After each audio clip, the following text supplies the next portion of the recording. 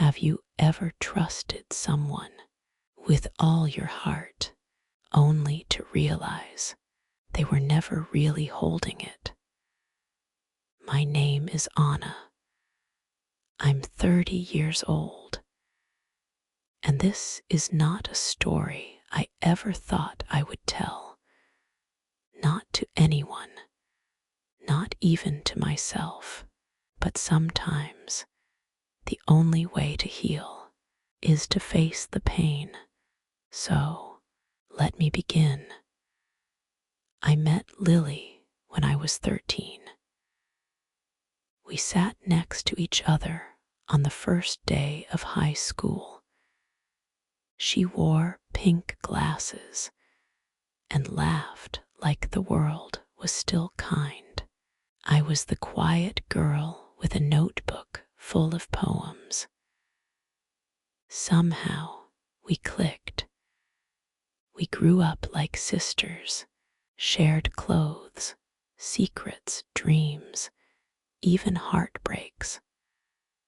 When my mom passed away, Lily was the one who held my hand at the funeral. When her dad lost his job, my family let her stay with us for a while. We were each other's safe place. So, of course, when I met Thomas, I couldn't wait to introduce him to her. Thomas was sweet, soft-spoken, the kind of man who listened with his eyes, not just his ears.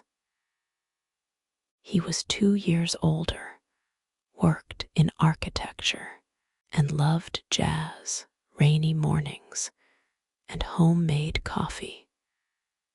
We met at a bookstore, both reaching for the same copy of The Little Prince. Yes, it sounds like a movie, I know. Our first date was under fairy lights. He brought me tea instead of wine because he noticed I always said no to alcohol. He remembered the little things. I thought he could be the one. After 7 months, I brought him to dinner with Lily. They shook hands, laughed about my terrible cooking, shared stories about college. I felt proud, lucky, complete. My 2 favorite people, I said, smiling. Lily smiled back. Thomas nodded. That night, I wrote in my journal, if they get along, it's a good sign, right? Oh, Anna, the months passed. We moved in together. Life was simple. Lily still came over on weekends.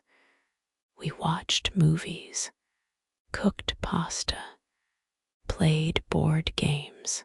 Sometimes she and Thomas laughed at inside jokes, things I wasn't part of, but I brushed it off.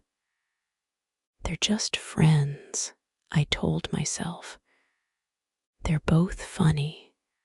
I'm lucky they get along, and I believed that. I believed that for a long time, until one morning. I woke up early. Thomas was still asleep.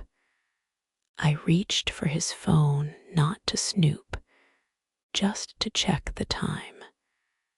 But the screen lit up, a message from L. Last night, I can still feel your hand. I froze. My heart didn't break. It went silent, like a room after someone slams the door. I didn't confront him, not that day.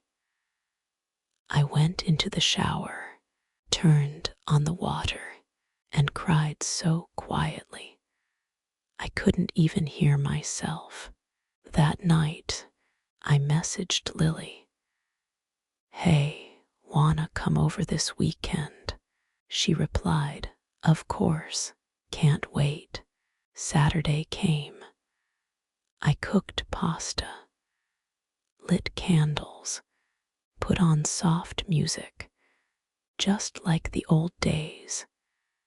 She arrived in her yellow sweater, the one I gave her. Thomas poured her wine. She smiled at him. I watched them, like a stranger in my own home. Then I stood up. "Can we talk?" I asked Lily. She looked surprised, but followed me to the balcony. The sky was purple. Our city lights twinkled like stars trying to survive. I turned to her. "Is there something between you and Thomas?" She blinked, laughed nervously. "What? No. Anna, what are you saying?" I showed her the message. Her face turned pale. "It was a mistake," she whispered. "It was one time. We were drunk. I didn't mean to, but she did. She did mean to. And somehow, what hurt the most was not the betrayal itself. It was the realization that I was the one who introduced them, that I had handed my heart to both of them, and neither chose to protect it. I didn't scream, didn't throw anything.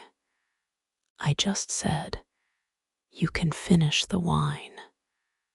But after tonight, please don't come back."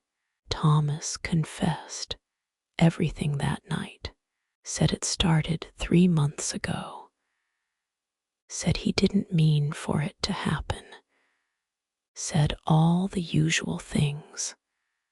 I listened.